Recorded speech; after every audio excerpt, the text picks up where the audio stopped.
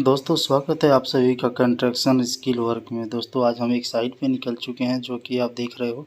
आज हम जा रहे हैं साइट के अंदर और देखेंगे कि साइट पे क्या चल रहा है और आपको भी पूरी कोशिश करेंगे कुछ ना कुछ न्यू बताने के लिए, कुछ ना कुछ सिखाने के लिए। ये हमारे मज़दूर भाइयों के लिए है। दोस्तों मैं साइट पे जा रहा था तभी मेरी नज़र पड़ी, कुछ मज़दूर ऊपर हाइट पे काम कर रहे थे जो कि आपको सामने दिख रहा होगा। ये लोग ऊपर कुछ छरिया का काम कर रहे हैं जो कि आप ऊपर देख सकते हो, 3 लोग हैं।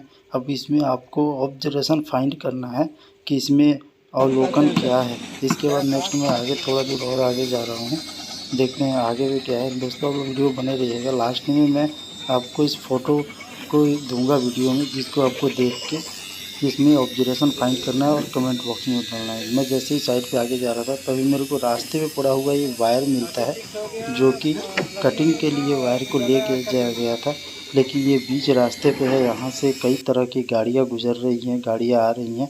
ये रहा आपको दोनों फ़ोटो जो मैंने फाइंड किया है साइट के अंदर। अब आपको वीडियो को पॉज करके इसमें ऑब्जर्वेशन फाइंड करना है, यानी अवलोकन को देखना है और कमेंट बॉक्स में बताना है।